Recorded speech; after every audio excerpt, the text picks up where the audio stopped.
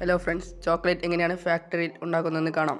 പഴുത്തുപാകമായ cocoa കായ്കളെ കർഷകർ വന്ന് പറിച്ച് അവയെ തല്ലി അവയുടെ കുരു സെപ്പറേറ്റായി മാറ്റി അവയെ ഉണക്കാനായി ഇടുന്നു. ഉണങ്ങിയ കൊക്കോ കുരുക്കളെ ഈർപ്പം കളയാനായി വെയിൽ കാണിക്കുന്നു. അതിനുശേഷം അവയെ ചാക്കുകളിലാക്കി സീൽ ചെയ്ത് ഫാക്ടറികളിലേക്ക് അയക്കുന്നു. ഫാക്ടറികളിലെത്തിയ കൊക്കോ കായ കുരുക്കളെ ഒരു നെറ്റ് പോലെയുള്ള ആവരണത്തിലേക്കിട്ട് അവയുടെ പൊടിയും മണ്ണും കളഞ്ഞെടുക്കുന്നു. ഇനിയുള്ളത് ക്വാളിറ്റി ചെക്കപ്പാണ്. ഇതിനായി നിയോഗിച്ച ആളുകൾ വന്ന് കൊക്കക്കുരുക്കളെ ക്വാളിറ്റി നല്ലതാണെന്ന് നോക്കിയ ശേഷം ഒരു മെഷീനിലേക്കിട്ട് അവയുടെ തൊണ്ട് കളഞ്ഞെടുക്കുന്നു.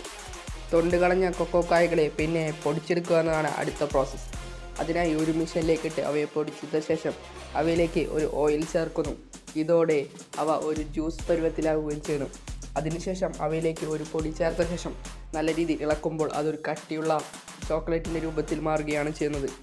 ഈ മിക്സിനെ പിന്നീട് മോൾഡിലേക്ക് ഒഴിച്ച് ഫ്രീസ് ചെയ്യാൻ വിടുന്നു. അതിനുശേഷം അവയെ ഫാക്ടറികളിലേക്ക് അയക്കുന്നു.